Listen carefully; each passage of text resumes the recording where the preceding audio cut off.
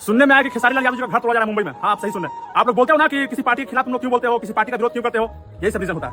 पहले वैध था, अब अवैध हो गया। हाँ, सही सुन रहे हैं आप। एक पार्टी में चले गए खेसारी लाल यादव, आरजेडी ज्वाइन कर लिया, तो उनका घर अब अवैध हो गया, अब वो टूटेगा। अब यहाँ पर पार्टी डिसाइड करती है कि आप गलत हो या सही हो, कानून कुछ नहीं करता है, पार्टी डिसाइड करती है। कब तक वो खेसारी लाल यादव का घर टूटना मतलब आम लोग इमोशन के साथ आप खेल रहे हैं। आम लोग का सपने का घर टूटा है। वो खेसारी लाल यादव किसी के फंड से, किसी से पैसा नहीं, किसी पार्टी से चंदा लेकर घर नहीं बनाया है, अपने दम पे स्टार बने, खुद के दम पे किए। वो आपकी पार्टी में शामिल हो जाते हैं तो सही था, दूसरी पार्टी में चल गए तो गलत हो गया। ये हालत हो गई देश की।